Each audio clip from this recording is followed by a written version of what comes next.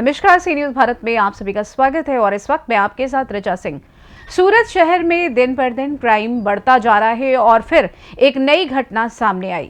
घटना सूरत शहर के डिंडोली इलाके की है, जहां सूरत शहर के एक ट्रांसपोर्ट व्यापारी से 50 लाख की फिरौती मांगी गई थी। डिंडोली पुलिस ने वैभव और आदित्य को गिरफ्तार कर लिया। एक किशोर समेत 3 लोगों को गिरफ्तार कर लिया गया है। लॉरेंस बिश्नोई के नाम पर व्यापारी से रंगदारी मांगी गई और फिरौती मांगी गई। डिंडोली पुलिस ने मामला दर्ज कर आरोपी को गिरफ्तार कर लिया है। वहीं पुलिस ने 3 आरोपियों को गिरफ्तार कर लिया है। व्यापारी को सड़क पर देखा और पिस्तौल दिखाकर फिरौती मांगी गई। सूरतना डिंडोली विस्ताરમાં એક વેપારી પાસે લોરેન્સ બિશ્નોઈના નામે 50 લાખની ખંડની માંગવાનો મામલો સામે આવ્યો છે। કયા પ્રકારનો ગુનો છે, તપાસમાં શું સામે આવ્યું છે, કેટલા લોકોની ધરપકડ થઈ છે?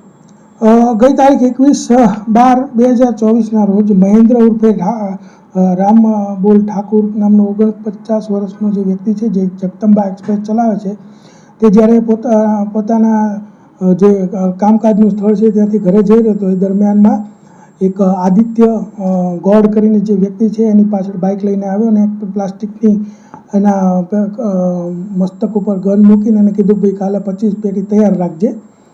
અને ત્યારબાદ એક ચાલુ ફોન હતો અને ફોનમાં એક વૈભવ રાજપૂત કરીને છે, જેણે એને ફોનમાં પણ કીધું કે તું તૈયાર રાખજે એમ કરીને ધમકી આપી અને પછી ત્યાંથી યુ ટર્ન લઈને બાઇકવાળો નીકળી ગયો।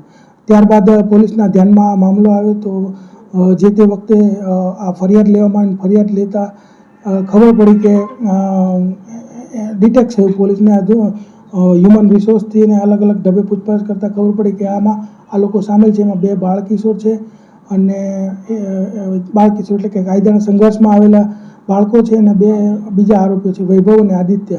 એમાં જે એક મુખ્ય જે બાળકિશોર છે તે પોતે નાની મોટી ચોરીઓ કરતો હતો અને એ દરમિયાનમાં કંઈ કમાતો ન હતો, એટલે વારે ઘડી એને ઘરેથી કોઈ એને પસંદ કરતા નહોતા, કારણ કે આર્થિક રીતે કોઈ સમૃદ્ધ થતો નહોતો। એટલે એને કોઈ પણ ગેંગને જોઈને કે કોઈ પણ મૂવી જોઈને કે કોઈ પણ વેબ સિરીઝ જોઈને કોઈ પણ રીતે એને મનમાં વિચાર આવ્યો કે કોઈ પણ ખંડણી માગીએ તો આ રીતે પૈસા એને સરળતાથી મળી જાય।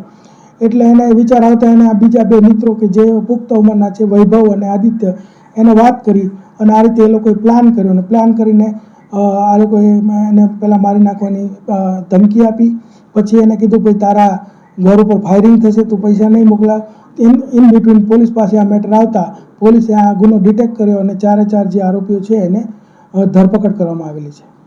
લોરેન્સ બિશ્નોઈ ગેંગનો નામનો ઉપયોગ કરવામાં આવ્યો તો આપણને સીધું અથવા આડકતરી રીતે કોઈ કનેક્શન સામે આવ્યું છે ખરું?